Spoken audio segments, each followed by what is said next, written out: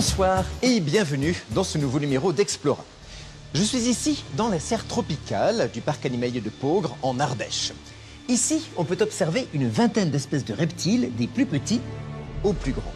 Et justement, quels sont les plus grands reptiles vivant aujourd'hui sur Terre? Dans quelques instants, nous allons partir sur les traces des plus gros serpents du monde, les pythons, avec des spécialistes. Mais auparavant, nous allons sur la piste du crocodile de mer, le plus lourd, le plus dangereux de tous les crocodiles. Quelle est la taille maximale que pourrait atteindre ce monstre qui infeste les côtes de l'Australie? Regardez. Créatures légendaires, ce sont les maîtres des rives et des rivages. Il n'y a pas grand-chose qui puisse les arrêter. Ils sont redoutables, préhistoriques, gigantesques. Ils sont énormes, largement assez gros pour représenter un danger pour les humains. Et ils détiennent peut-être, enfouis au plus profond de leur ADN, les gènes qui leur permettraient d'atteindre des proportions encore plus monstrueuses. Les crocodiliens ont dans leur patrimoine génétique le potentiel pour devenir des géants. Aujourd'hui, toutes les conditions sont réunies.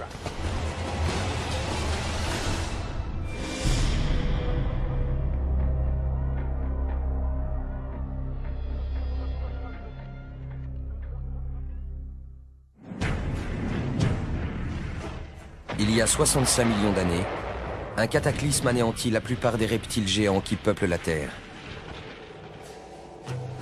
Aujourd'hui, il ne reste qu'un seul de ces mastodontes. Ils ont survécu à la grande vague d'extinction qui a vu disparaître les dinosaures, dont les seuls descendants sont les oiseaux. Leur histoire est vraiment incroyable. Ces rescapés de l'évolution sont vénérés comme des dieux par certains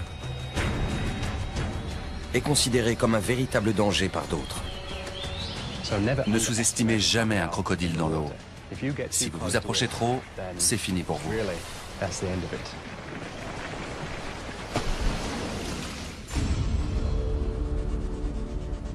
Voici le plus gros reptile du monde, le crocodile.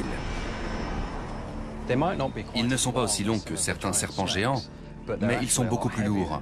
En fait, ce sont les plus gros reptiles qu'on peut trouver sur Terre. Ces géants préhistoriques peuvent atteindre des dimensions gigantesques. Pourtant, des fossiles montrent que leurs ancêtres étaient encore plus énormes. Il y a 100 millions d'années, il existait des crocodiles presque 2 fois plus longs et 4 à 5 fois plus lourds que les plus gros spécimens qu'on trouve aujourd'hui. À la fin des années 1990, des paléontologues découvrent dans le désert du Sahara le squelette du plus gros crocodile jamais recensé. Super Croco. Super Croco est le surnom du Sarcosuchus imperator, littéralement le crocodile de chair empereur. C'est son vrai nom. Super Croco devait mesurer dans les 12 mètres de long. Un véritable monstre. Les chercheurs pensent que tout comme les crocodiles d'aujourd'hui, ce prédateur guettait ses proies au bord des rivières. Sarcosuchus avait le même type de comportement que nos crocodiles modernes, sauf que c'était il y a 100 millions d'années. Aujourd'hui, les descendants du Super Croco chassent toujours de la même manière et peuplent le même type d'habitat. Pour autant, pourraient-ils atteindre la taille gigantesque de leurs ancêtres?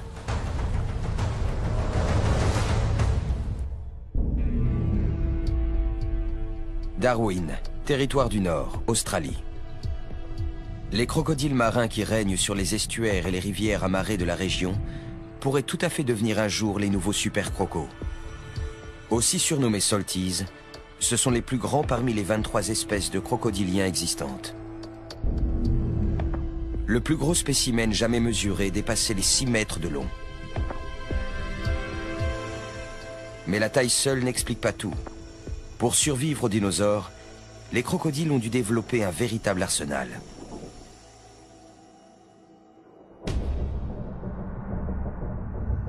Les salties possèdent une peau épaisse, dont les écailles forment comme une armure.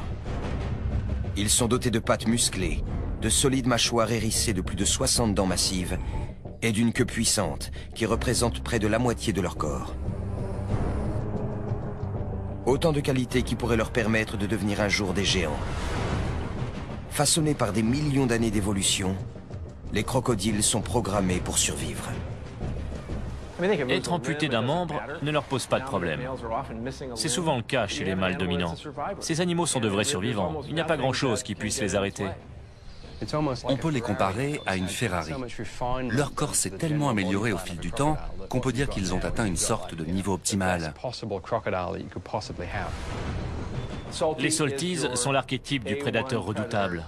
Ils font des victimes humaines tous les ans. Ils sont énormes, largement assez gros pour représenter un danger pour les humains.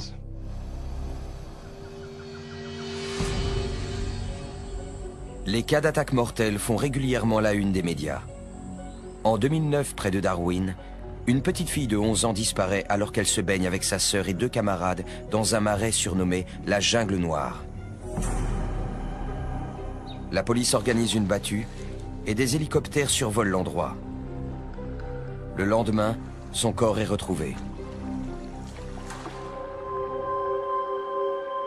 Des traces de morsure indiquent qu'elle a été attaquée par un crocodile d'environ 3,50 m. Robbie Risk, spécialisé dans la capture de ces animaux, fait alors partie de l'équipe de recherche. Cet événement a provoqué beaucoup d'émotions. On a mis un jour à retrouver le corps. Et c'est vraiment le genre d'image qu'on n'a pas envie de garder en tête.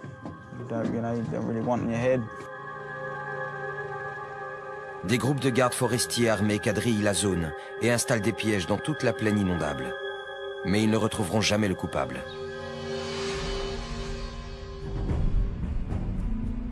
Si de telles attaques sont rares, les Salties font tout de même une demi-douzaine de victimes tous les ans. Les pouvoirs publics estiment que près de 150 000 crocodiles migrent depuis les rivières amarrées de la région de Darwin vers les eaux de la ville elle-même. La particularité de cette ville, c'est qu'elle se situe en plein milieu d'un de leurs habitats naturels. Ces derniers gagnant peu à peu les zones urbaines et périurbaines, les cas d'attaques sur des humains pourraient bien se multiplier. La plupart de ces crocodiles marins se feraient tuer par leurs congénères s'ils ne quittaient pas les rivières amarrées. Là-bas, il manque de nourriture et d'espace. C'est pour ça qu'ils remontent les côtes jusqu'à Darwin. On en trouve de plus en plus chaque année et il y a de plus en plus de risques de voir de nouveaux drames arriver.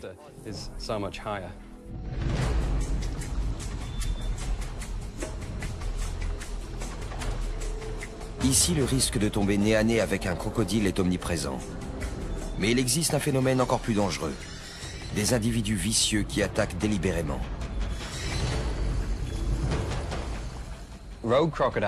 Ces crocodiles n'ont pas un comportement normal et ils représentent un vrai danger. Ce sont souvent des animaux qui ont déjà réussi à attaquer quelqu'un. Ils comprennent à quel point c'est facile et ils essaient de recommencer. Contrairement aux autres, qui ont tendance à fuir les humains, eux vont les traquer. Ces crocodiles sont vicieux. Ils sont comme ça. Ils sautent vraiment sur tout ce qui bouge.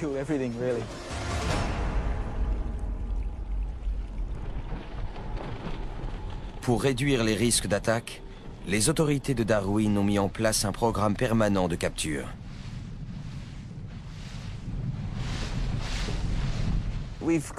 On a pris plus de 170 crocos cette année, contre 140 l'année dernière. Donc, oui, c'est pas mal. On va peut-être même battre notre record. Là, on vérifie les pièges et on remet des appâts. Robbie et ses collègues gèrent plus de 60 pièges mobiles. Ils remplacent les appâts et lorsqu'ils trouvent un crocodile, ils le sortent, le marquent et le mesurent. Le plus grand Saltie que Robbie ait jamais capturé mesurait plus de 4,50 m. Mais tous les crocodiles sont dangereux, quelle que soit leur taille. Un individu de 3-4 mètres peut vous briser le crâne. Quand on travaille avec des crocodiles, il ne faut surtout pas oublier ce dont ils sont capables. Si ça se passe mal, vous pouvez y laisser une main ou un bras, ou même la vie. Aujourd'hui, Robbie est accompagné d'Adam Britton, un spécialiste des crocodiles. Il recueille leur ADN pour dresser une carte génétique des Salties de Darwin. On prélève des échantillons sur les crocodiles qu'on capture dans le port. Ensuite, on les compare avec ceux qu'on va récolter sur toute la côte nord de l'Australie. On espère que ça nous permettra d'en savoir un peu plus sur l'origine des individus qu'on retrouve à Darwin. La carte d'Adam Britton permettra peut-être un jour de repérer où ces crocodiles géants se reproduisent. Mais pour l'instant, son but est de maintenir la paix entre les humains et les Salties, qui représentent un danger mortel. Ces recherches peuvent nous permettre de comprendre pourquoi ces animaux se déplacent. S'il y a un risque d'attaque, il faut essayer de le réduire. J'espère qu'on va trouver le moyen de sécuriser cette zone. Je pense que ça aiderait les gens à être plus tolérants avec les crocodiles qui vivent en bas de chez eux. Ça, c'est le piège numéro 2 du port de Darwin. Je tire. Voilà, je viens de le tester. Le croco rentre. Et quand il tire sur le morceau de viande, ça actionne la porte. C'est tout. C'est un mécanisme tout simple. Et c'est très efficace. Allez, au suivant. L'équipe va vérifier le piège suivant. Il n'y a aucun moyen de prévoir la taille de leur prochaine prise.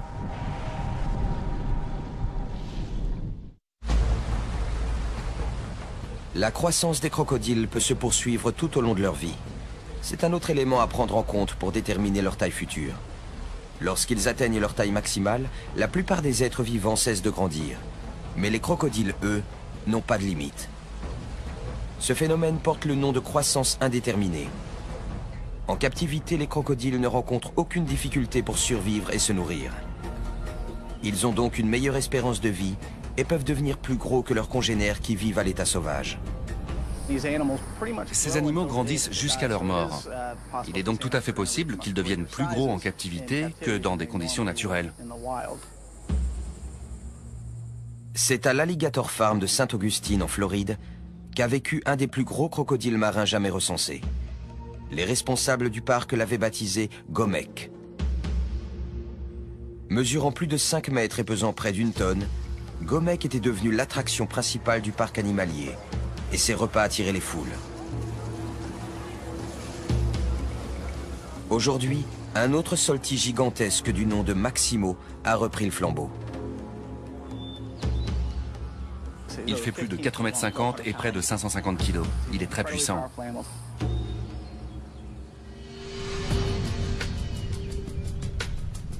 Travailler avec des carnivores aussi gros est très risqué.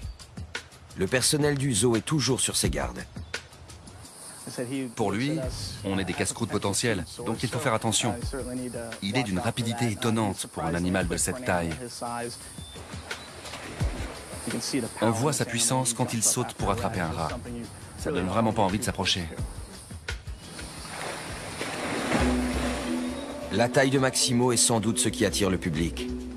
Mais comme pour tous les crocodiliens, sa caractéristique la plus remarquable est son intelligence. Les crocos sont sans aucun doute les plus intelligents de tous les reptiles. Ce sont eux qui ont le cortex cérébral le plus développé. Ils sont beaucoup plus malins qu'on a tendance à le penser.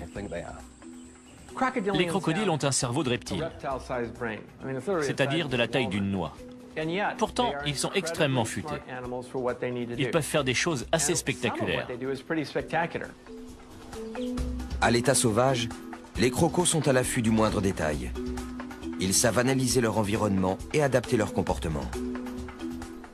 Quand vous arrivez quelque part, vous pouvez être repéré par des crocodiles que vous ne voyez pas et que vous ne verrez jamais. Ils ne vous ont pas vu, mais ils n'ont pas aimé l'odeur de vos vêtements, votre façon de bouger, votre bateau. Ils ne l'avaient pas vu sur la rivière, mais ils ont senti qu'il se passait quelque chose. Vous ne les verrez plus jamais.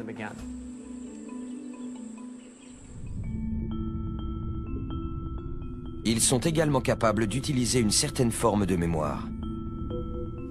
Un crocodile doit savoir quel est le meilleur endroit pour chasser jour après jour.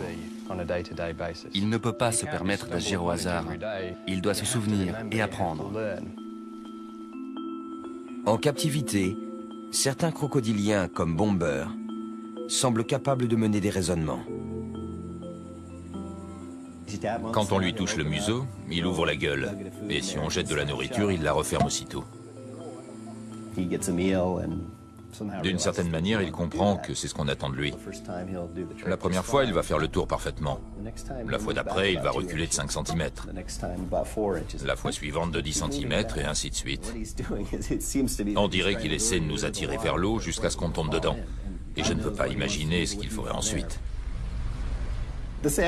Cet animal pense. C'est un comportement acquis.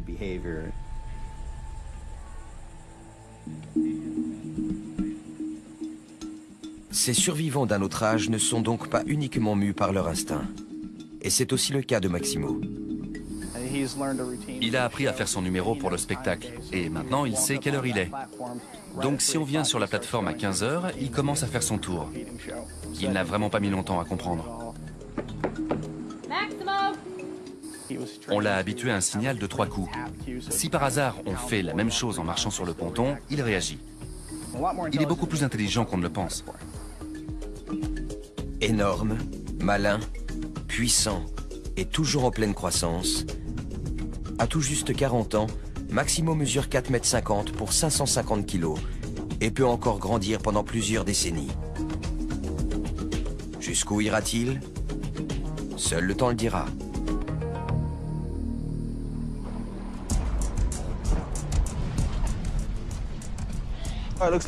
Tiens, on en a un. Il doit faire dans les 2,50 m. Retour à Darwin. L'équipe vient de trouver un salty dans un des pièges du port. Robbie estime sa taille à environ 2,50 m. On va d'abord lui passer une corde autour de la mâchoire supérieure. Ensuite, on va lui bloquer la gueule avec un serre-câble. Et là, on pourra le sortir de la cage. Ils doivent remonter l'animal sur le bateau. Mais d'abord, il faut neutraliser ses mâchoires.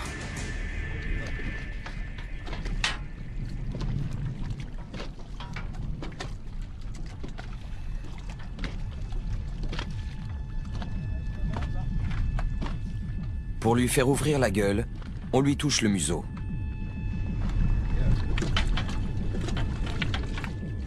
Puis on lui passe une cordelette autour de la mâchoire supérieure.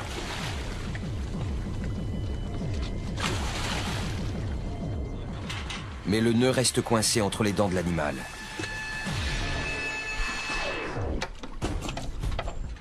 Il faut le reculer un peu plus. Faut pas qu'il glisse. Non.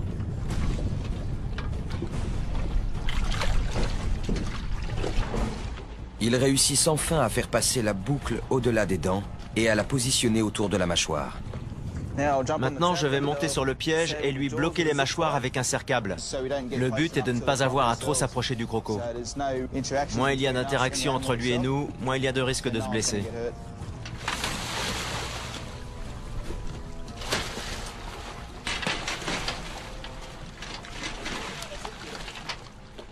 Maintenant, on va tout simplement lui scotcher la gueule. Et lui couvrir les yeux. Aveugler le crocodile permet de réduire son stress. C'est bon, il est neutralisé. On va pouvoir le sortir du piège.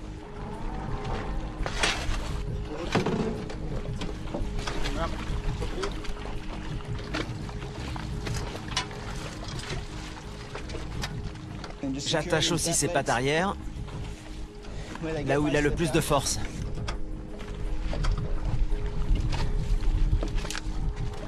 Et pour finir, une protection là où ses dents dépassent de la mâchoire supérieure. Comme ça, on ne risquera pas de se couper en le manipulant. Sans cela, même avec les mâchoires bloquées et attachées, au moindre coup de tête, le crocodile risquerait de les blesser avec ses longues dents.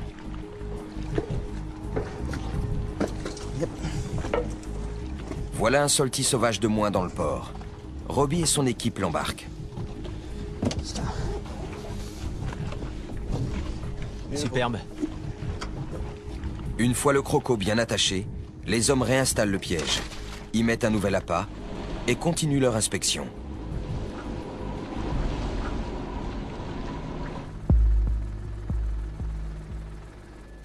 Queensland, Australie.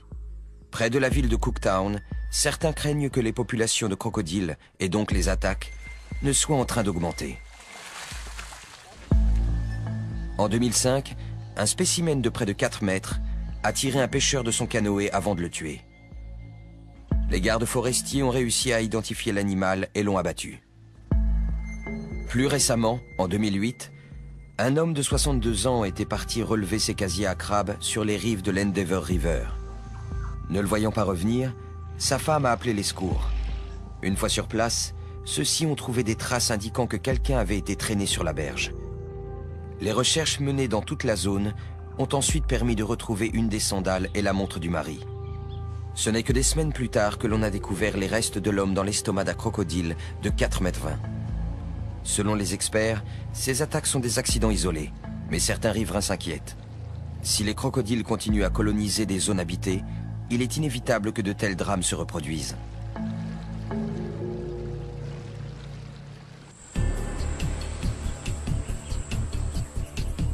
En Floride, à l'Alligator Farm de Saint-Augustine, le biologiste Gregory Erickson étudie l'arme principale du prédateur, sa mâchoire. On essaie de comprendre comment ces animaux fonctionnent, comment leur musculature et la mécanique de leur mâchoire leur permettent de générer de telles forces de morsure, et quel rôle joue la forme et la taille de leurs dents. Ce sont des transducteurs. Quand l'animal mord cette partie, la pression est reçue par cet appareil qui a 4 capteurs. C'est comme un pèse-personne. Le signal est envoyé à un amplificateur de charge qui enregistre la force de morsure. Gregory Erickson règle d'abord le compteur spécialement conçu pour cet usage. Le compteur est rembourré avec du cuir pour ne pas abîmer les dents du crocodile. Dès qu'on touche l'une d'entre elles, il a le réflexe de claquer la gueule, et ce le plus fort possible. Le système permet d'enregistrer instantanément cette force maximale. Je ne sais pas vraiment ce qu'il va faire. Le crocodile du Nil n'est pas un animal très commode.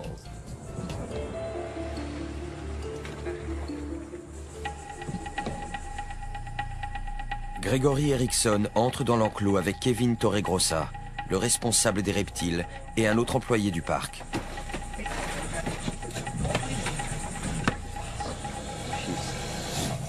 Il est furax.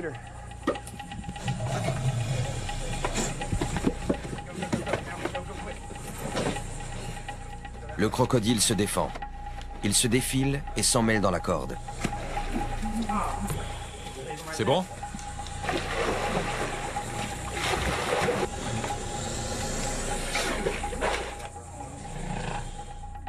L'équipe parvient enfin à sortir l'animal de l'eau et à le poser sur la planche d'examen.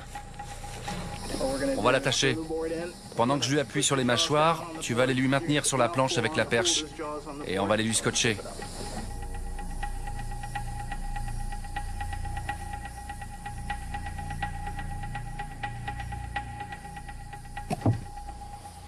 Je déteste ça.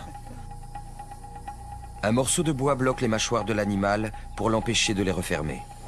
Vas-y, ici. Serre bien fort.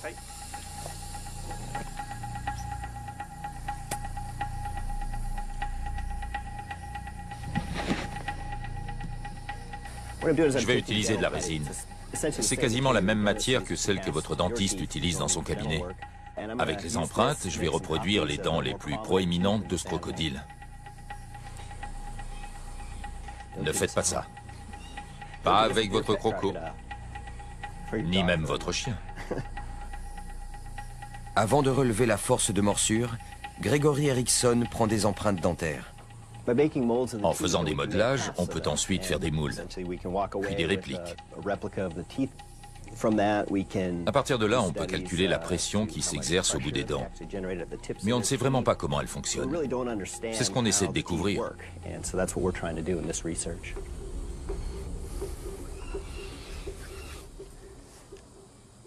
Je déteste faire ça. Ce n'est pas naturel de mettre la main dans la gueule d'un crocodile. Mais c'est pour la bonne cause. Dans 5 minutes, ça aura pris.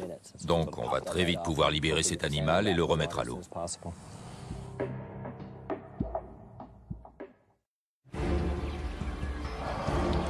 Autre élément à prendre en compte dans l'évolution de la taille des crocodiles, leur talent de prédateur. Les crocodiles chassent à l'affût. Ils s'approchent sans bruit et attaquent très vite. Ils peuvent se cacher en laissant juste leurs yeux et leurs narines dépasser de l'eau. Leurs proies ne s'attendent absolument pas à ce qui va leur arriver. Les crocodiles maîtrisent parfaitement leur environnement. Pour chasser, ils se contentent souvent d'attendre. Tous les animaux ont besoin de boire. C'est de la livraison à domicile. Il suffit juste d'être capable de les attraper.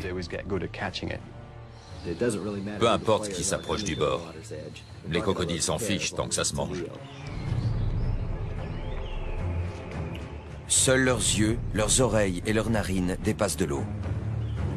Leurs sens très développés leur permettent d'approcher leur cible alors qu'ils sont immergés. Ils ont des capteurs de pression au niveau des mâchoires, grâce auxquels ils détectent les mouvements dans l'eau. Ils ont un excellent odorat. Ils peuvent sentir leur proie de très loin, probablement plusieurs kilomètres. Et leur ouïe est meilleure que la nôtre à basse fréquence. Ils sont capables d'entendre des bruits de pas ou un animal bouger dans l'herbe.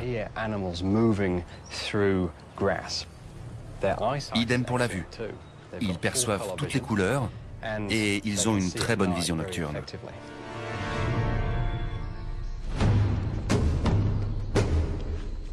Une fois qu'ils ont repéré leur victime, les crocodiles s'approchent sans être vus, en se propulsant grâce à leur queue puissante. Leur force motrice leur permet de nager très vite, mais aussi et surtout de nager très lentement, en troublant très peu la surface de l'eau.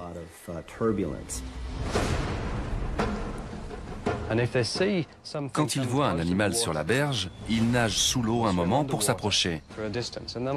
Puis ils remontent à la surface pour jeter un coup d'œil et évaluer la situation. Petit à petit, ils continuent à venir de plus en plus près. Tout ce qu'il faut, c'est que la proie s'approche suffisamment. Dès que c'est le cas, c'est fini pour elle.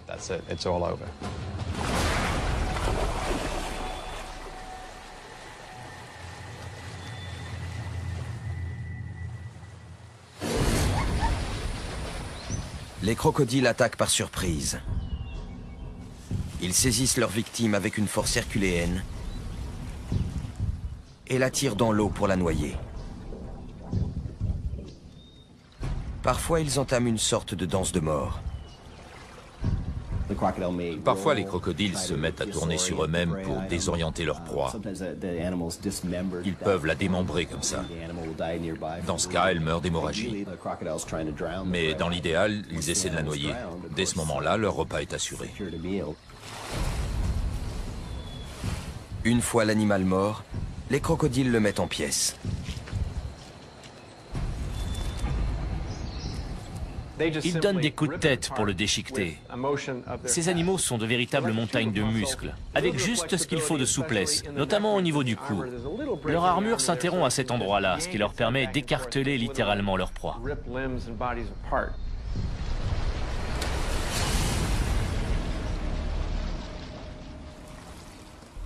Pour avaler, ils cèdent de la gravité. On va voir si c'est bon. On dirait. Retour en Floride. Gregory Erickson retire la résine des dents d'un crocodile du Nil de près de 2,50 m. C'est vraiment un animal puissant. Vous avez vu? On lui touche à peine une dent et il attaque. Il est beaucoup plus rapide que nous, donc il faut faire très attention. S'il n'avait pas eu la gueule bloquée, je serais en route pour l'hôpital. Il ne faut jamais toucher cette zone chez un crocodile.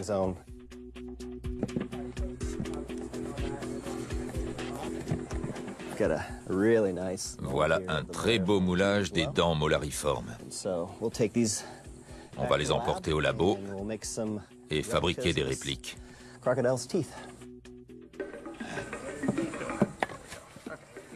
Maintenant qu'il a retiré les moulages, Gregory Erickson va mesurer la force de morsure de l'animal. Vas-y. Raté. Raté. En fait, le croco a vu la barre. Il réessaie pour obtenir un impact plus direct. Bien. 170. Il commence un peu à fatiguer. On n'aura sûrement pas mieux. Une force de plus de 170 kilos. Avec toute son énergie, ce crocodile serait capable de faire encore plus. Et la puissance de sa morsure ne fera que croître avec lui. Je l'ai.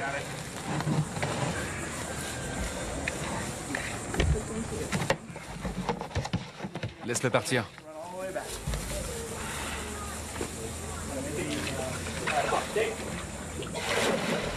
Bien joué. Et voilà. À peine libéré, le crocodile file se cacher. Gregory Erickson va emporter les moulages, les relevés des morsures et les mesures au labo pour les analyser. Avec des animaux plus gros, comme les crocodiles marins, on s'approche des 1800 kilos. C'est presque le double de la hyène tachetée, qui a la morsure la plus puissante de tous les mammifères. C'est aussi le double de celle du tigre du Bengale ou du lion. Une telle force dépasse celle de n'importe quel animal au monde. Pour le biologiste, celle-ci est nécessaire à la survie du crocodile. La plupart des crocodiles n'ont pas des dents très acérées. Elles sont prévues pour écraser plutôt que pour transpercer. Mais ces animaux sont capables d'exercer de telles pressions qu'ils peuvent traverser la peau et endommager les os. Ils savent très bien s'en sortir et depuis très longtemps.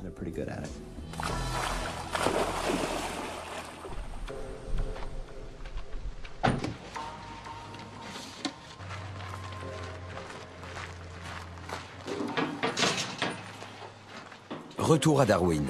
Après avoir trouvé un deuxième crocodile dans un des pièges du port, Robbie et son coéquipier transfèrent leur prise dans leur camion. On les mesure. Puis, on les identifie avec un numéro. On leur laisse toujours la tête vers le haut, pour les empêcher de régurgiter. Sinon, ensuite, ils pourraient se noyer, puisque leurs mâchoires ont été bloquées.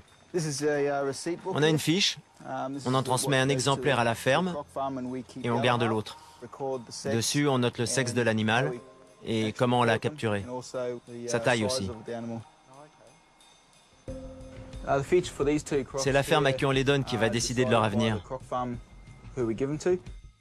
Il y a une femelle assez grosse, ils vont s'en servir pour leur élevage.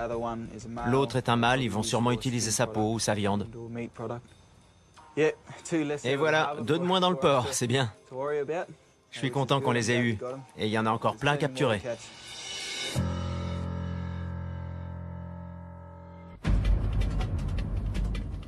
Un autre élément à prendre en compte pour déterminer l'évolution possible des crocodiles est leur capacité d'adaptation exceptionnelle. Ils peuvent se nourrir d'un grand nombre d'espèces, du petit poisson aux gros mammifères, comme le kangourou.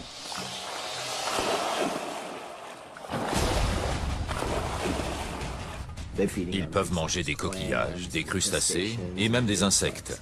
Des poissons, des grenouilles, des tortues. Leur menu varie en fonction des opportunités et de la disponibilité des ressources, si celles-ci diminuent.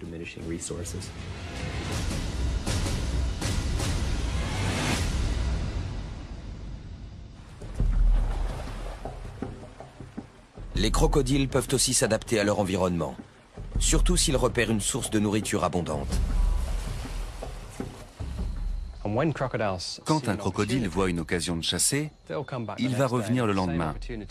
Si le cas se répète, il va encore revenir le surlendemain.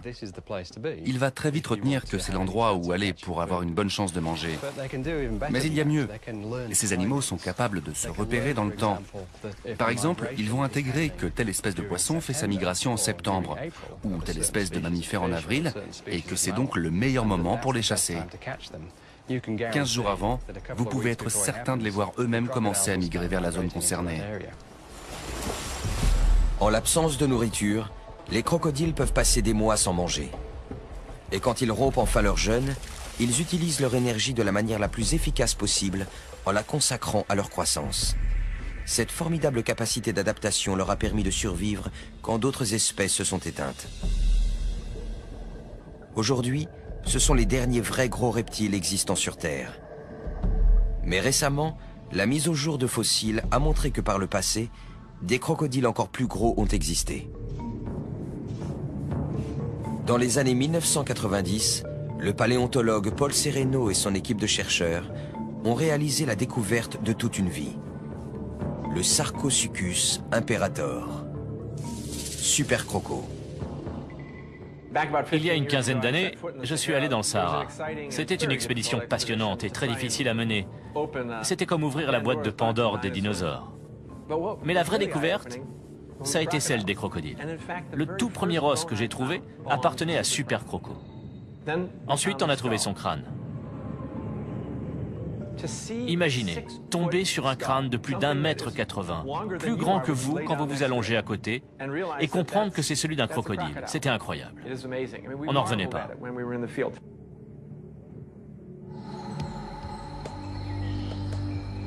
Il y a environ 110 millions d'années, Super Croco chassait sur les berges d'une rivière aujourd'hui remplacée par une terre aride.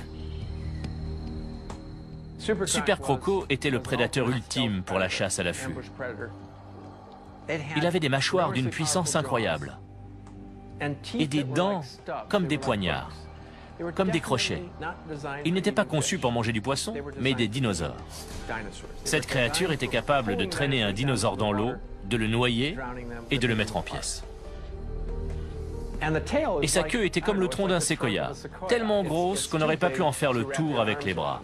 Vraiment monstrueuse. Il devait avoir une force de morsure proche de 10 tonnes. Je crois qu'on ne peut pas imaginer la pression que ça représente.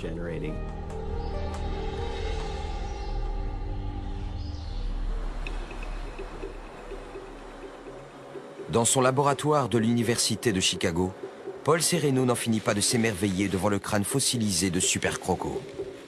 C'est le crâne de crocodile géant le plus complet qu'on ait jamais trouvé.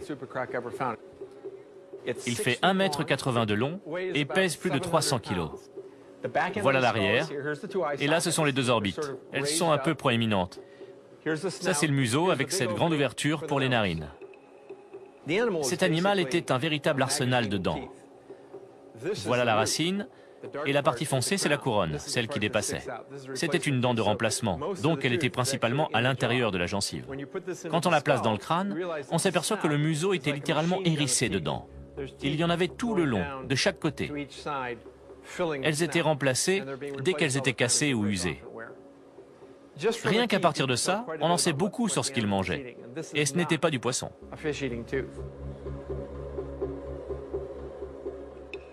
Voici le crâne d'un très gros crocodile d'aujourd'hui.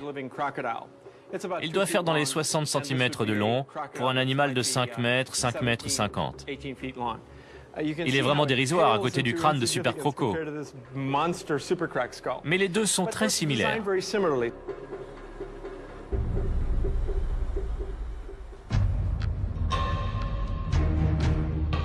Quelle taille faisait donc Super Croco?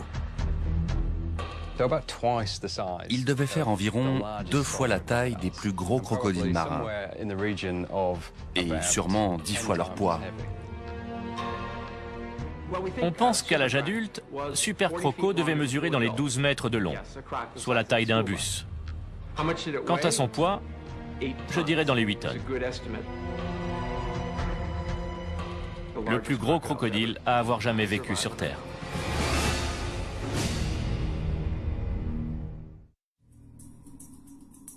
En Australie, Robbie Risk et son coéquipier transportent 2 crocodiles marins du port de Darwin jusqu'à une ferme de crocodiles. Ils ont trouvé une maison. Oui, Belle bête. oui, une femelle et un mâle. Une femelle? Oui. Bonne nouvelle. On va les mettre dans l'enclos. 1, 2, 3. Facile pour moi. 1, 2, 3. Une fois les crocos déchargés, Robbie retourne au port contrôler les pièges. Ils ne vont pas apprécier la suite.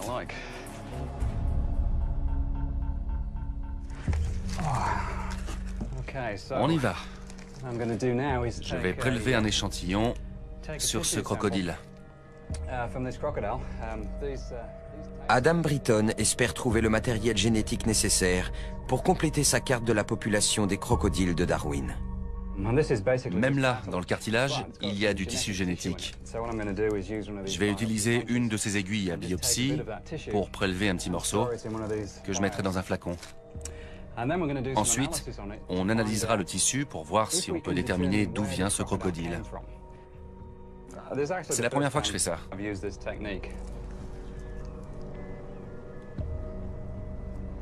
On va attendre un peu.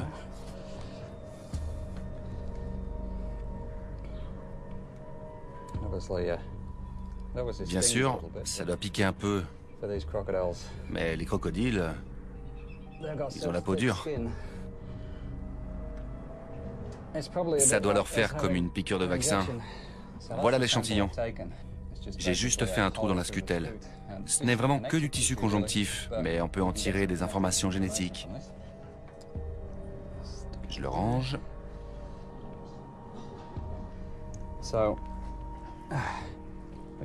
Ça se conserve longtemps.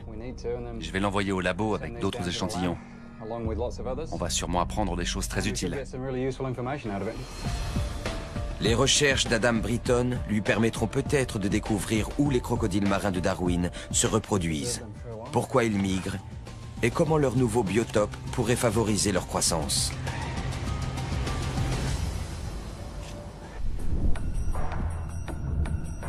Avec leur physique à toute épreuve, leur art de la prédation, leur croissance indéterminée et leur incroyable adaptabilité, les crocodiles marins pourraient-ils être les super crocos de demain? Aujourd'hui, toutes les conditions sont réunies.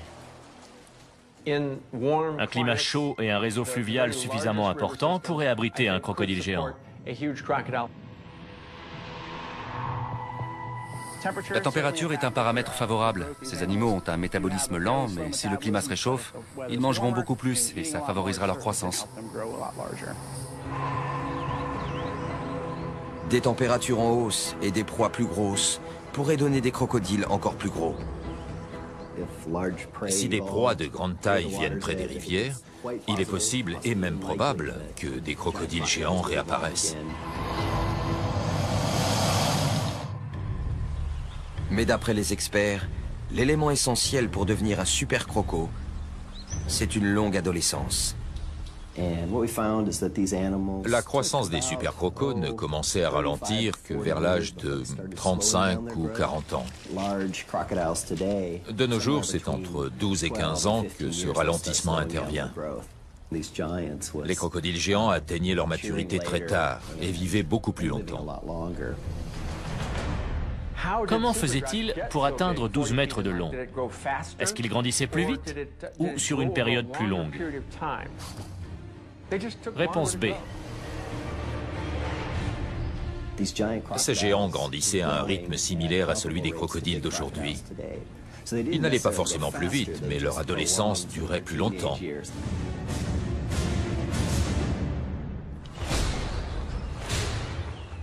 Dans des conditions adéquates, et si leur adolescence se prolongeait, nos crocodiles modernes pourraient devenir des géants. La taille est ce qu'il y a de plus facile à faire évoluer. Un ou deux gènes qui changent, une ou deux glandes qui sécrètent une hormone à tel ou tel moment, et le corps se met à grandir. C'est déjà arrivé 7 ou 8 fois dans l'évolution des crocodiliens. À une époque donnée, ils pouvaient atteindre 10 mètres, voire plus. Ils ont dans leur patrimoine génétique le potentiel pour devenir des géants. La vie n'est pas constante, elle change. Rien n'interdit de penser que d'ici quelque temps, un crocodilien aussi formidable que Sarcosuchus puisse revivre.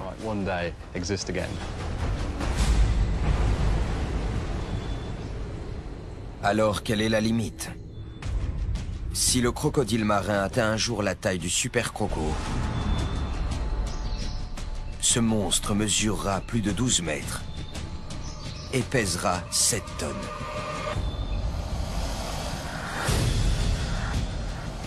Sa queue mesurera près de 5 mètres de long, son crâne presque 2.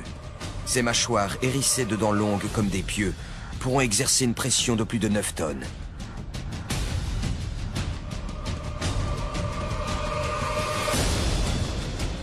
Un exemple colossal de gigantisme animal.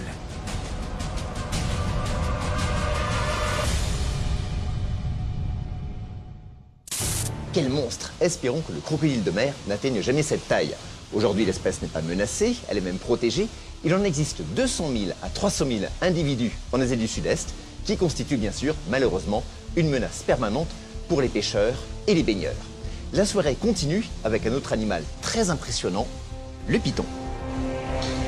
Marie-Annick, bonjour. Bonjour. Quel est ce serpent? C'est un python moulure albinos. C'est un garçon ou une fille? Et il a quel âge? C'est un garçon et il a 10 ans. Est-ce qu'il va encore grandir? Oui, les serpents, ça grandit toute leur vie. En général, les pythons, c'est des gros serpents et c'est des serpents qui peuvent aller de 8 à 10 mètres. 8 à 10 mètres? Ah oui. Pour un poids à peu près jusqu'à 120 kilos. Hein. 120 kilos. Oui. Alors ces pythons moulures, leur habitat naturel, c'est l'Asie du Sud-Est. Malheureusement, plusieurs spécimens ont été relâchés malencontreusement en Floride, où ils font des ravages, s'attaquant notamment à la nourriture des alligators. Nous allons partir sur leur trace, sur la trace également du python réticulé, le plus grand de tous les pythons. C'est un document impressionnant, regardez. Ce sont des monstres de légende. Ils peuvent atteindre des tailles incroyables. Ils sont tellement puissants. Des tueurs. Qu'est-ce qui vous arrive? Notre serpent est allé dans le lit du bébé et il l'a étranglé. Leur appétit est insatiable. Aujourd'hui, un gigantesque fossile. Ce serpent devait être aussi long qu'un bus. Et un habitat idéalement adapté. Ça y est. C'est bon, je le tiens. Pourrait bien dévoiler les secrets de serpents encore plus énormes. Quand on voit un python sauvage dans les Everglades, on a intérêt à jouer au plus fin si on ne veut pas se faire dévorer vivant.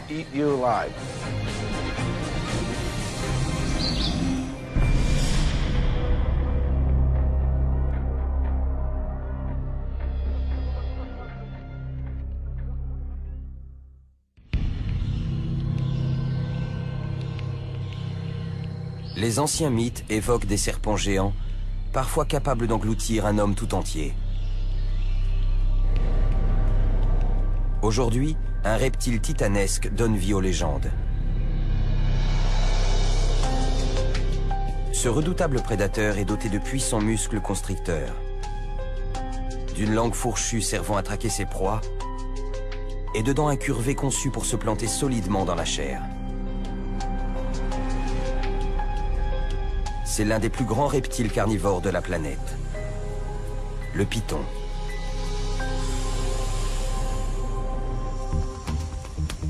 Certaines espèces de pythons mesurent plus de 6 mètres de long et pèsent des centaines de kilos. Le record mondial est détenu par un python réticulé d'une longueur de près de 10 mètres. Toutefois, des récits mentionnent l'existence de bêtes encore plus imposantes.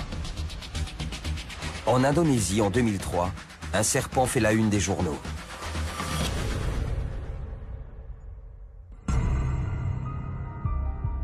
Des habitants affirment avoir capturé un python réticulé de 15 mètres de long et pesant plus de 450 kilos. Il s'avérera que la bête surnommée fleur parfumée était en réalité moitié moins longue.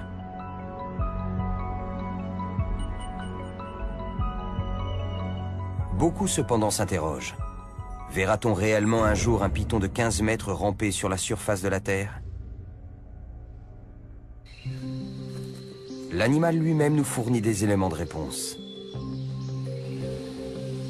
Ses talents de prédateur et sa croissance illimitée, conjugués à l'accroissement des proies et au réchauffement climatique, nous donnent une idée de la taille qu'il pourrait un jour atteindre.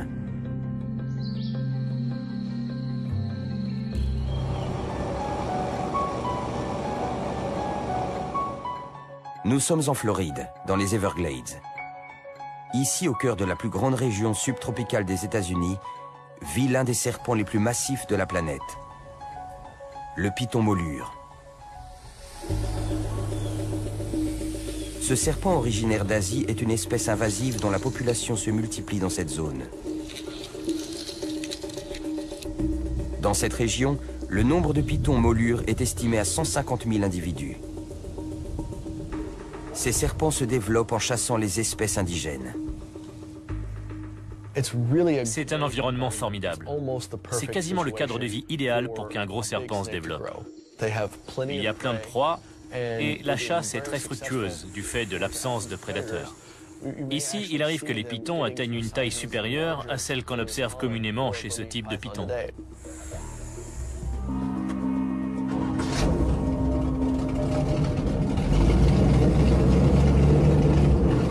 Le biologiste Joseph Wasilewski est l'un des principaux acteurs de la lutte contre la prolifération de ce reptile.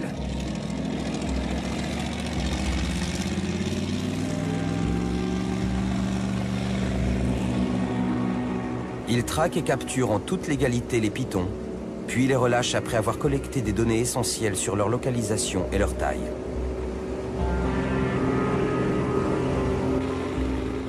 Aujourd'hui, avec l'aide de Johnny Tigertail, membre de la tribu indienne locale des Milozuki et spécialiste de la faune sauvage du parc, Joe s'est donné pour tâche de fouiller les cachettes connues des pythons.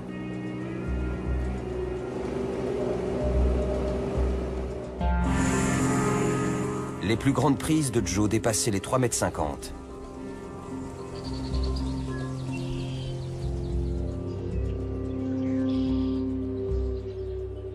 De tels spécimens peuvent peser plus de 45 kg. Leur manipulation comporte un risque mortel.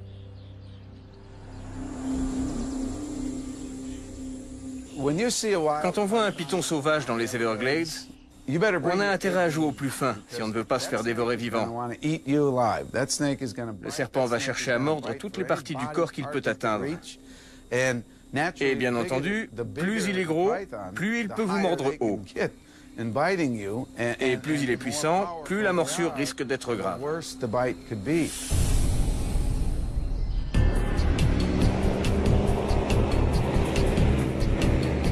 Joseph et Johnny fouillent les îlots boisés désignés ici sous le nom de hammock. Ces derniers constituaient autrefois des abris sûrs pour les espèces indigènes. Aujourd'hui, ils sont devenus les territoires de chasse des pythons.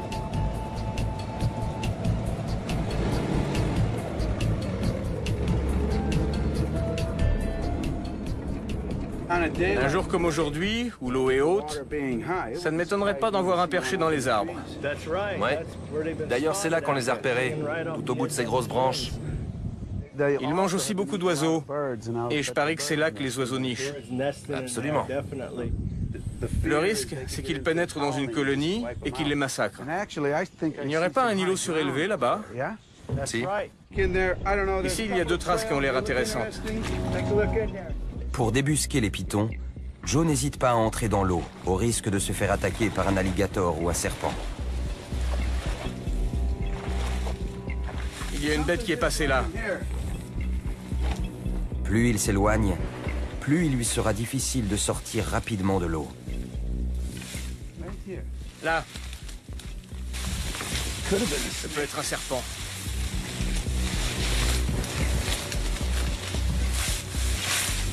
J'ai entendu quelque chose. La végétation est trop épaisse. Joe ne peut poursuivre.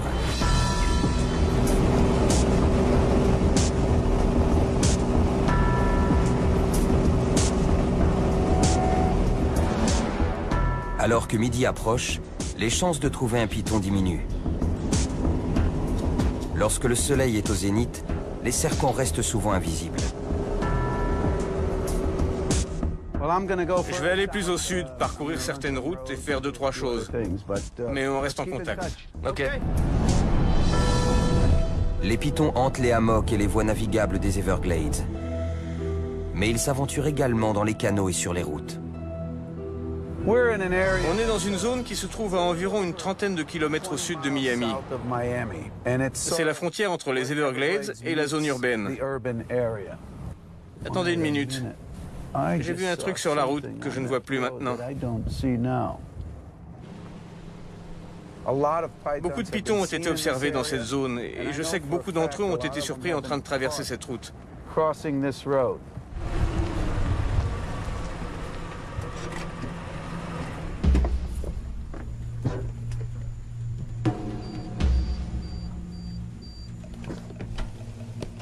Joseph se gare et inspecte le bas-côté. C'est quoi là-bas? Non. Parfois c'est vraiment trompeur. Et parfois on a l'impression de voir des pitons partout. Non.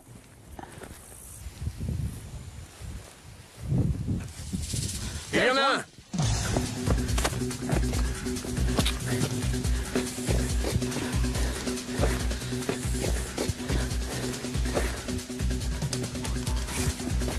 Ok. Ils sont plus rapides que ce qu'on croit.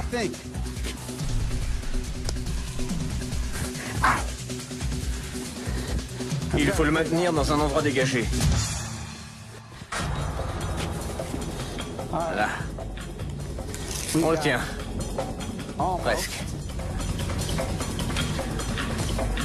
Maintenant.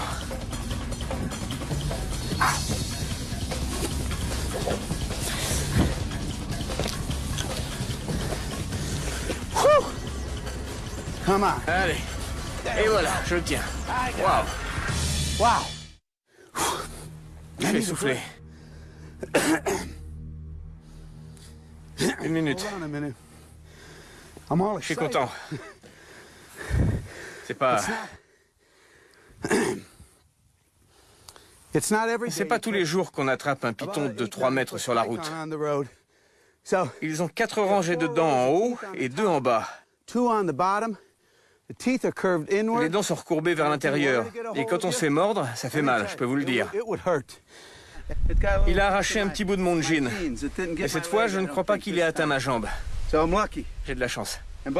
Croyez-moi, ces petites dents sont très acérées et elles se plantent très vite dans la peau. C'est pas marrant de se faire mordre par une de ces bestioles. C'est comme ça qu'il faut faire. Ok. On le tient. Maintenant, il va falloir que je l'enferme dans le sac. Ce qui est plus facile à dire qu'à faire.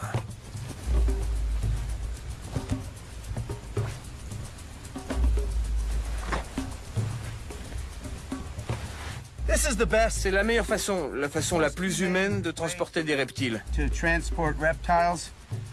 peuvent respirer sans problème. Il fait noir, donc c'est moins stressant pour les serpents d'être dans ces sacs. Et voilà, le python est enfermé.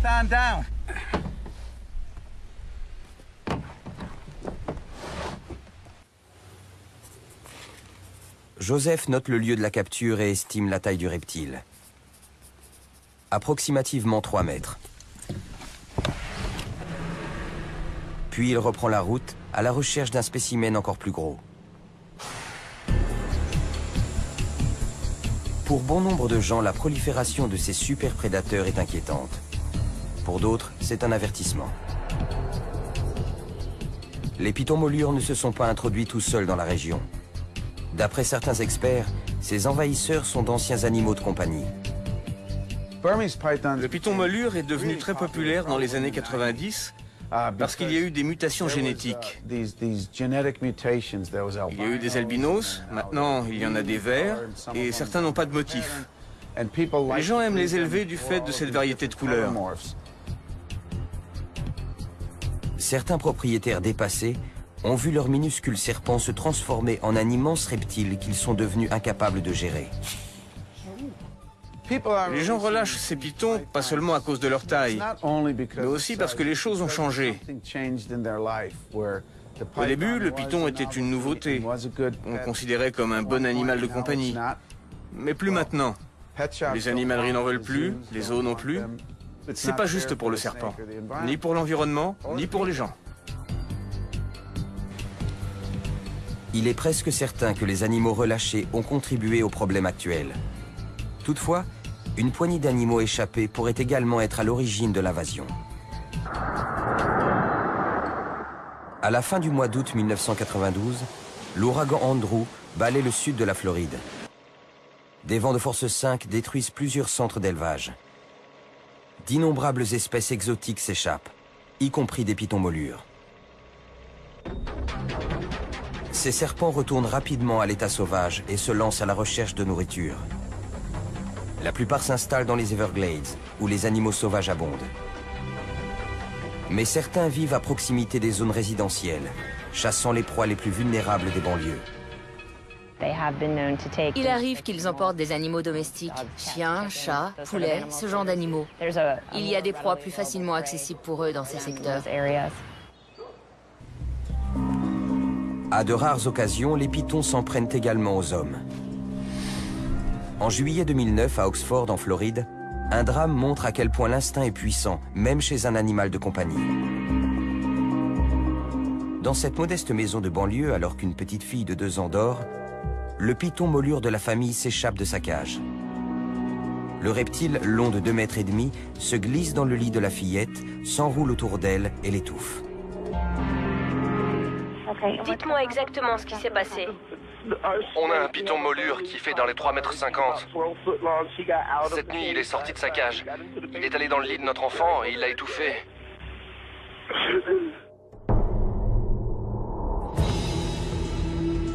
Le drame déclenche de vives réactions.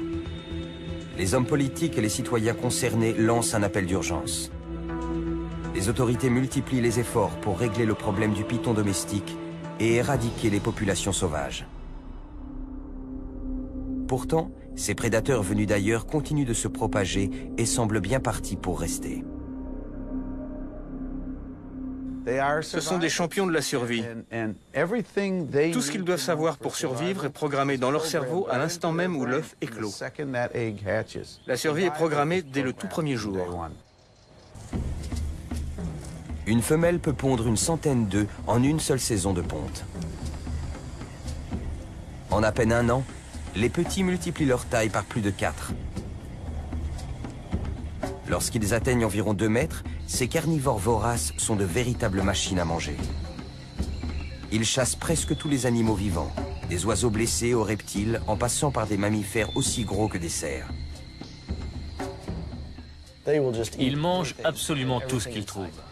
Ils mangent, ils se gavent littéralement. Ce sont des chasseurs opportunistes. Ils ne savent pas toujours quand ils feront leur prochain repas. Et chaque fois qu'ils ont l'occasion de manger, ils mangent. Nouvel indice quant à la taille que le python pourrait atteindre, plus il mange, plus il grandit. Ses compétences de chasseur lui permettent de se nourrir et de grossir toujours plus. Le python pratique la chasse à l'affût. Sa technique la plus productive consiste à se cacher et à attendre. Une fois la proie à proximité, son camouflage lui permet d'effectuer une frappe éclair. Sa stratégie repose sur la furtivité, la surprise et un système de détection, notamment une peau et des muscles qui fonctionnent comme des sismographes.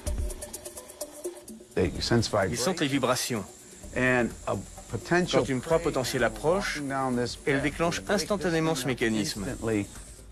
Et quand l'animal s'approche suffisamment près du serpent, il frappe avec une vitesse et une force incroyables.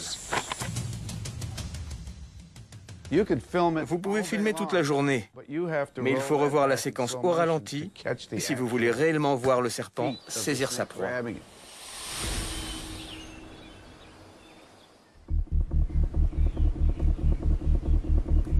Pour compléter son arsenal, le python possède 2 redoutables armes situées au niveau de sa tête. La première se présente sous la forme de fossettes ou capteurs thermosensibles qui enregistrent les mouvements thermiques. En détectant les sources de chaleur, le serpent peut ainsi localiser les proies à sang chaud. La seconde forme un radar encore plus précis. En dardant sa langue fourchue, le serpent collecte les particules odorantes présentes dans l'air. À l'intérieur de sa gueule, un capteur appelé organe de Jacobson analyse l'air, guidant l'animal vers l'endroit où les particules sont les plus concentrées. Une fois la proie localisée, le serpent actionne ses mâchoires et ses dents. L'attaque est foudroyante. Ils ont une centaine de dents et ils s'en servent pour maintenir l'animal. Immobilisant sa proie à l'aide de ses dents acérées, le python resserre son étreinte mortelle. Ils utilisent leur corps, leurs anneaux pour s'enrouler autour de l'animal. Ils le serrent de plus en plus fort. Ils l'empêchent de respirer et l'étouffent. Ils empêchent aussi le sang de circuler. Puis, une fois qu'ils ont maîtrisé la proie, ils l'avalent tout rond.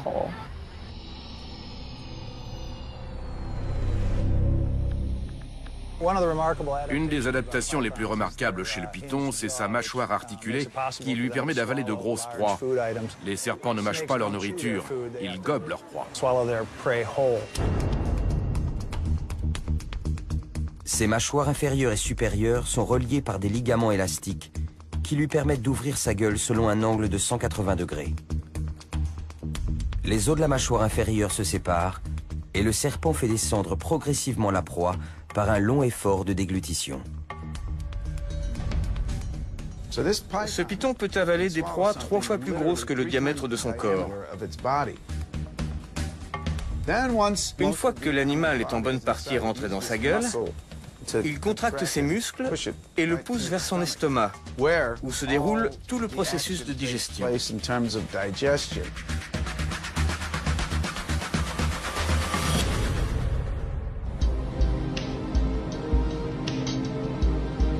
Le python se nourrit sans laisser aucune trace. Il peut ingérer l'équivalent de sa masse corporelle, voire davantage, digérant tout sauf les poils et les plumes et grossissant à chaque repas.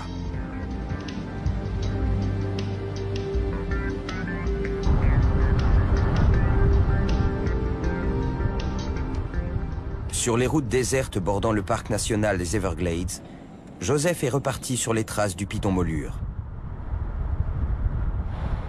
Il sait que les chances de capture augmentent au coucher du soleil. En général, les serpents se déplacent au crépuscule. Pendant les mois d'été, ils bougent plus souvent. Le crépuscule, c'est leur moment préféré, le moment de la journée où ils sont actifs. Et s'ils se déplacent d'est en ouest, ils vont traverser cette route. La route conserve la chaleur et les serpents apprécient cette chaleur. Ils l'absorbent. Tout en poursuivant sa route, Joseph garde les yeux grands ouverts. Il ignore quelle sera la taille de la bête qui surgira dans la lumière de ses phares. Oh yeah, je le sens bien là.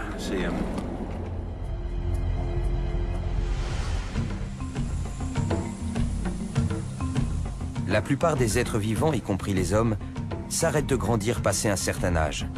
Le python, lui, continue de croître tout au long de sa vie. Il existe plusieurs espèces qui semblent ne pas avoir de taille maximale. Et si un spécimen a la chance de vivre longtemps, il continue de grandir jusqu'à sa mort.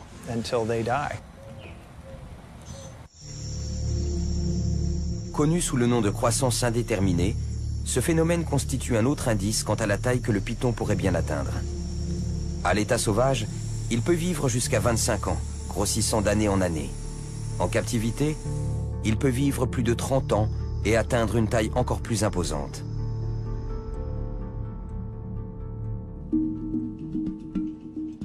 Le programme d'études des pythons captifs mené par le zoo de Columbus, dans l'Ohio, est un véritable observatoire des serpents géants. L'un des pythons les plus longs du monde est sur le point d'être examiné avant sa séance d'exercice. Il s'agit de Fluffy, un python réticulé captif. On a un certain nombre d'espèces de pythons, mais Fluffy est de loin notre plus gros spécimen. Cette femelle détient probablement le record mondial. Né en 1992, Fluffy a été gavé de lapins, de chèvres et de cochons par un éleveur privé. Alimenté par de solides repas hebdomadaires, sa croissance a été spectaculaire. À l'âge de 10 ans, Fluffy était aussi longue qu'un camion et aussi large qu'un poteau télégraphique. Quand elle est arrivée chez nous, elle mesurait 7 mètres. Elle est à peu près aussi longue que 3 basketteurs montés sur les épaules les uns des autres. À l'heure de nourrir de puissants constricteurs comme les pitons, le personnel du zoo est toujours prudent. Une bonne façon de procéder est de faire appel à l'intelligence naturelle du reptile. Les pitons sont très intelligents. Ils reconnaissent les gardiens et réagissent différemment face à chacun d'eux.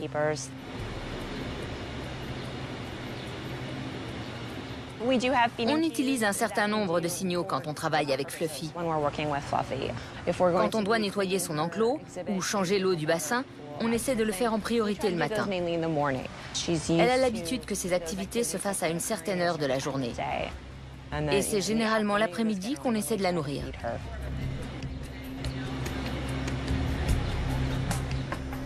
Malgré l'intelligence du python, le risque d'attaque surprise est toujours présent. On est très conscient du fait qu'il ne s'agit pas d'un animal domestique. Ça reste un animal sauvage. On la manipule toujours avec beaucoup de respect. Il faut avoir des gestes mesurés et ralentir nos mouvements. Le manque de précaution peut se révéler fatal. En 1997, au zoo Serpent Safari de Gurney, dans l'Illinois, le propriétaire Lou Dadano pénètre dans la cage d'un python de 7 mètres pour remplacer une ampoule. Une opération qui manque de lui coûter la vie.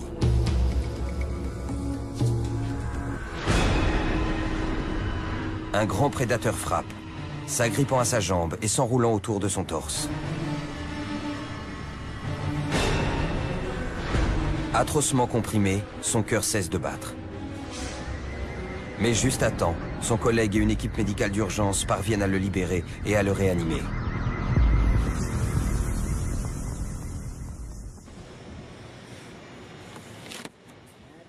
Ici, au zoo de Columbus, le personnel s'expose aux mêmes risques en manipulant Fluffy.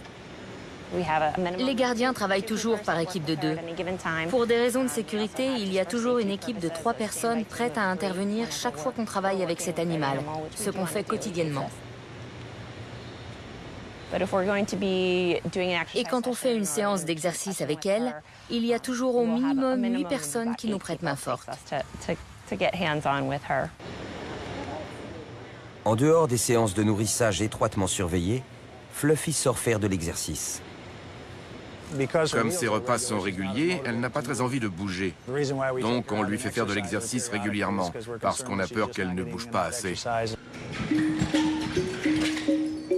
La taille de Fluffy rend les déplacements difficiles.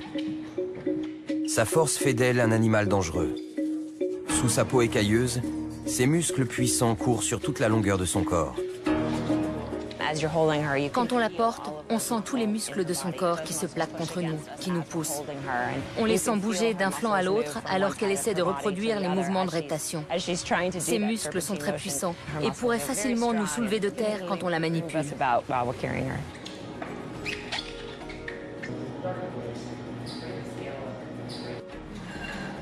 L'équipe commence par peser et mesurer le reptile.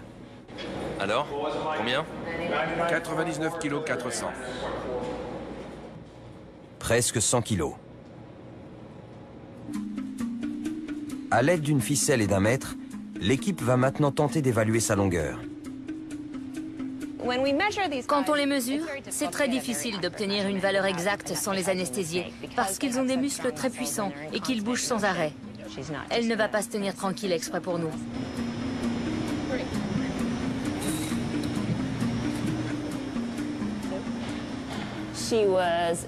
Elle mesure 6 mètres 12. Avant de libérer Fluffy, Michael Barry effectue son bilan de santé annuel. La plupart du temps, il s'agit juste d'une visite médicale rapide, et c'est ce qu'on souhaite. On vérifie qu'il n'y a pas de signes de maladie, que les yeux sont normaux. On palpe l'animal pour voir s'il n'y a pas de bosse anormale, pour évaluer la qualité de la peau, etc.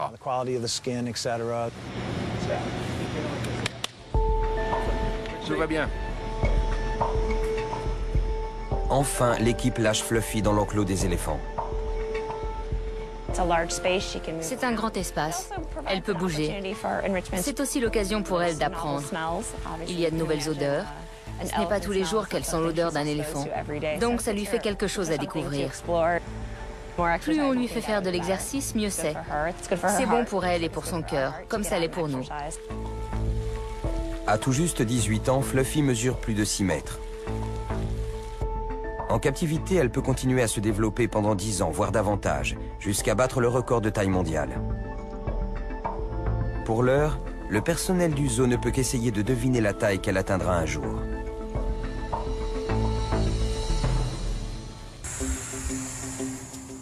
Si l'accroissement des proies, l'amélioration de ses techniques de chasse et son mode de croissance favorisent le développement du python, un habitat hospitalier constitue également un facteur clé, et tout particulièrement la température. Pour les serpents, température et taille sont inextricablement liés. Ces animaux à sang froid ont besoin d'une source de chaleur extérieure pour chasser, se nourrir et rester en vie. Les mammifères peuvent contrôler la température de leur corps, ce qui n'est pas le cas des serpents. Ils régulent leur température en fonction de l'environnement extérieur. L'équation est simple, mais offre un indice quant à la taille que peut atteindre le python. Pour permettre une croissance optimale, l'environnement du reptile doit rester chaud en permanence. Si la température corporelle du serpent descend trop bas, celui-ci peut mourir.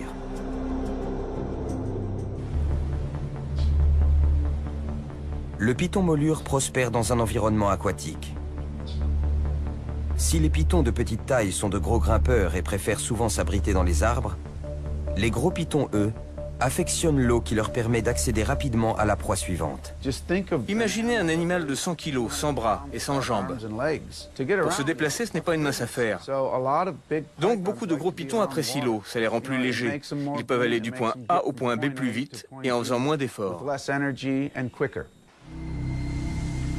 Le python peut rester sous l'eau pendant une demi-heure et parcourir plus de 9 km à la nage. Disposant d'un vaste espace, il n'a aucun prédateur naturel. Une fois adulte, il peut se développer librement.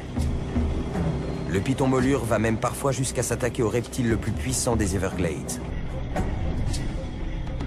l'alligator.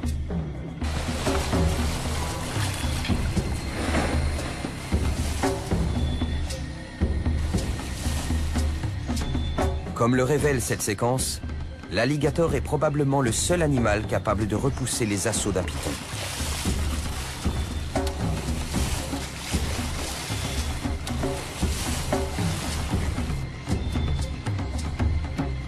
Cette lutte entre prédateurs s'achève sur un match nul. Mais il arrive que les pythons aient le dessus. Dans cette célèbre photographie prise en 2005, un python molure de près de 4 mètres a eu les yeux plus grands que le ventre. Reste à savoir si les pythons et les alligators américains pourront coexister au sommet de la chaîne alimentaire. Mais pour l'heure, les marécages, les marais et les canaux des Everglades représentent un véritable paradis pour les animaux à sang froid comme les pythons. Ceci est un nouvel indice quant à la taille potentielle de ces serpents. Dans un habitat aquatique où les températures sont chaudes, où les pythons adultes n'ont aucun prédateur naturel, ces anciens animaux domestiques pourraient bien atteindre des tailles records.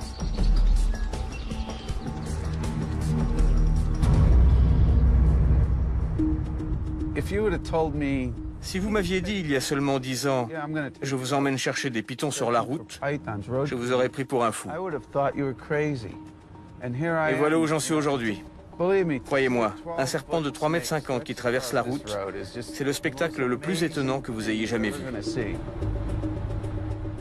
Une nuit, sur le sentier de Tamiami, j'ai attrapé 100 serpents, en une seule nuit.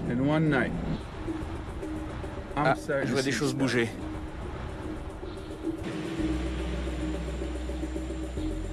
Là, il y en a un. There's one. Wait. Attends, il faut que je... Wait. This is not Il est pas content. snake. Je vais la voir à l'usure.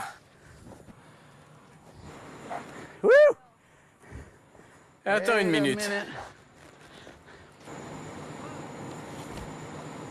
Ok. Là, je vais la voir. Ça y est, je l'ai. I got him. Okay. That's about 7. Il fait dans les 2,20 m, 2,40 m. Wait. Okay. Woo!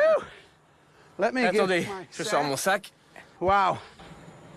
So, yeah, Donc oui, c'est bien un python moulure sauvage. Vous voyez, les dents sont recourbées vers l'intérieur. Il ne faut pas se faire mordre. Bon alors. On avait bien calculé, le timing est parfait. J'étais au bon endroit, au bon moment.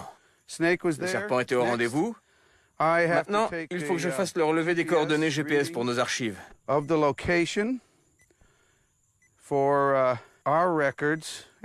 Chaque fois qu'on attrape un python, on relève les coordonnées GPS. Et on établit une carte à partir du lieu de capture de chacun d'entre eux. L'animal est enregistré. Le sac est bien fermé, tout est parfait.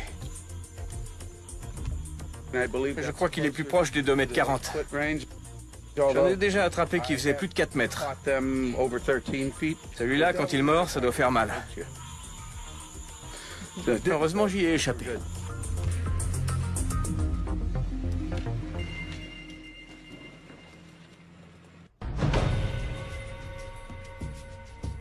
Il y a de cela plus d'un siècle, l'explorateur Percy Fawcett, parti en Amazonie, a décrit sa rencontre avec une espèce inconnue de serpent.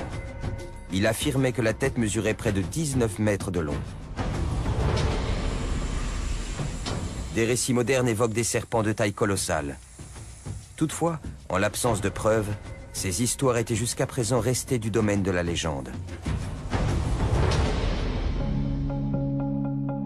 En 2009, les bulletins d'information révèlent qu'une équipe internationale de chercheurs a découvert des fossiles géants inédits dans une mine de charbon située en Colombie.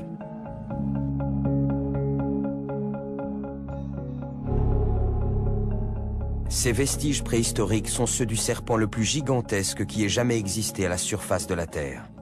Ses découvreurs le baptisent Titanoboa.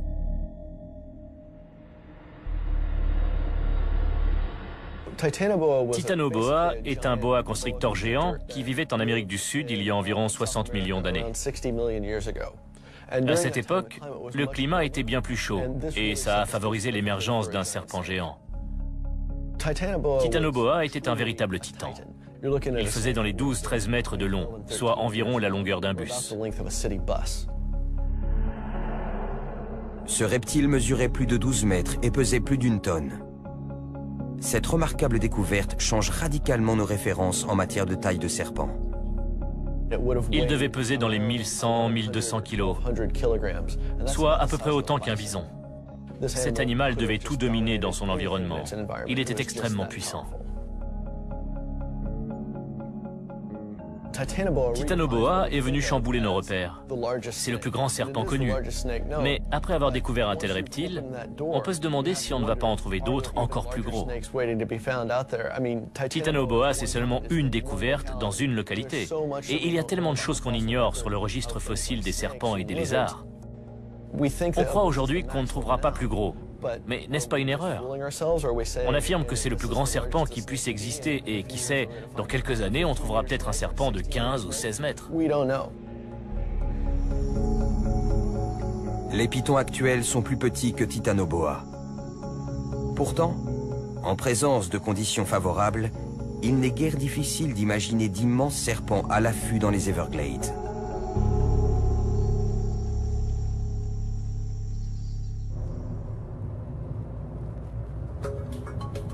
Je me trouve à Gainesville, en Floride, où se trouve l'Université de Floride et le Muséum de l'État de Floride. C'est dans ce muséum que les pythons euthanasiés finissent. Sur le terrain, on ne fait que rassembler des données biométriques de base, longueur et poids. Et c'est à Gainesville que tout le travail est fait.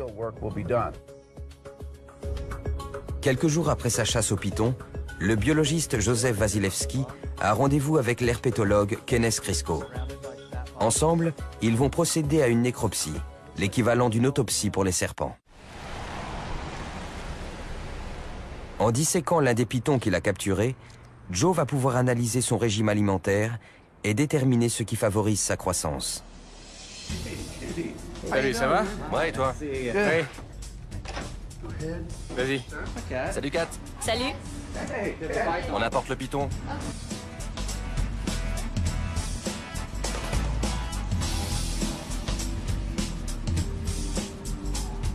C'est un python molure.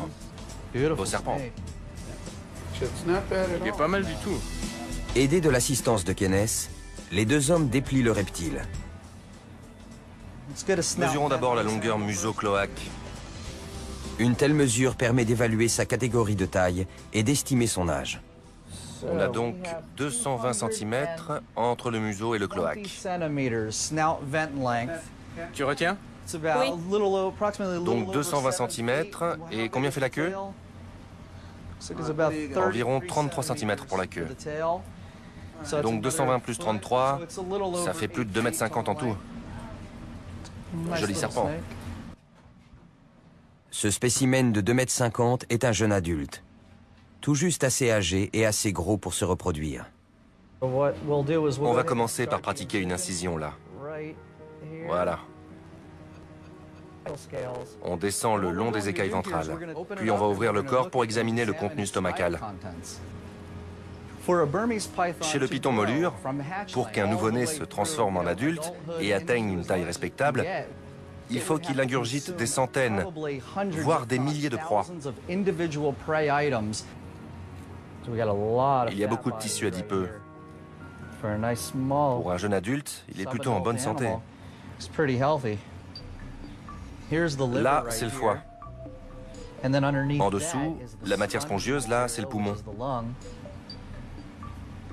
Et bien sûr, tout ça est entouré d'un grand nombre de cellules adipeuses.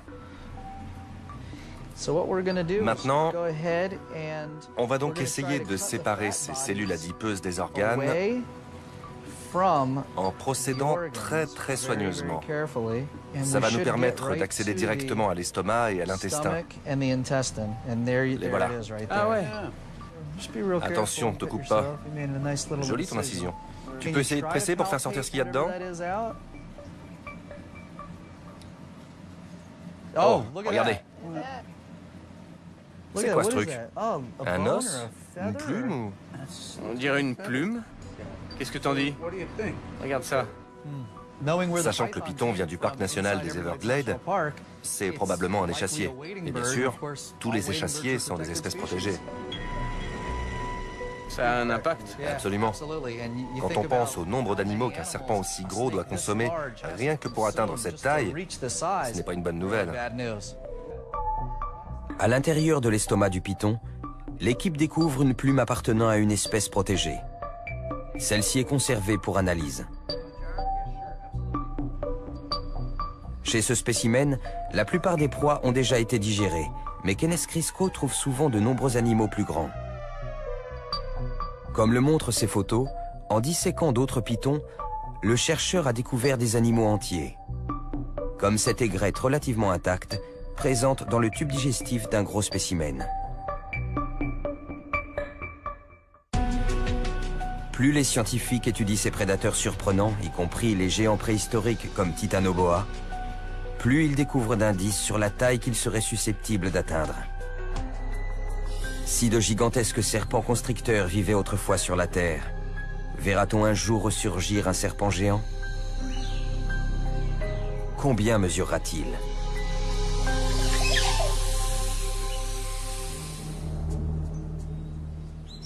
Si les serpents géants d'aujourd'hui deviennent encore plus grands, encore plus gigantesques, ce sera dû à l'environnement et à l'époque. Pour qu'un serpent devienne vraiment gros, il lui faut une température optimale, dans les 30 degrés.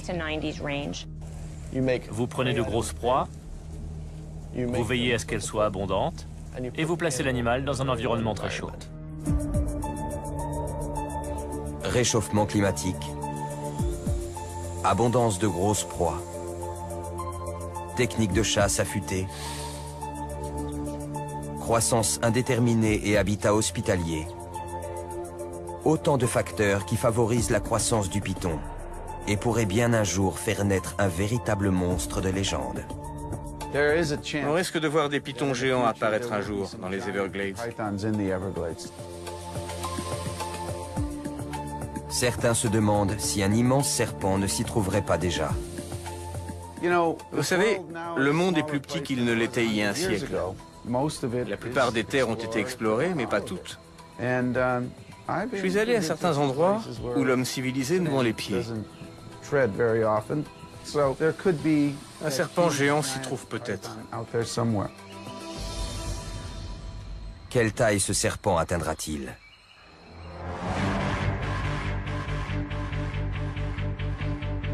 Voici à quoi pourrait ressembler un jour un python ayant atteint la taille de son ancêtre, Titanoboa.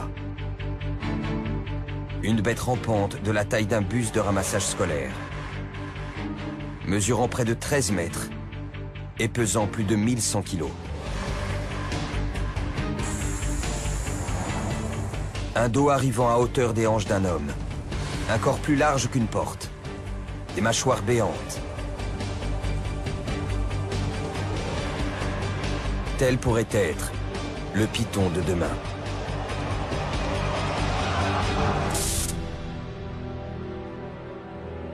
Quelle taille fait celui-ci? Eh ben, je l'estime à peu près à 4,5 mètres, mais si vous voulez, on peut le mesurer. Avec plaisir. Avec cette ficelle?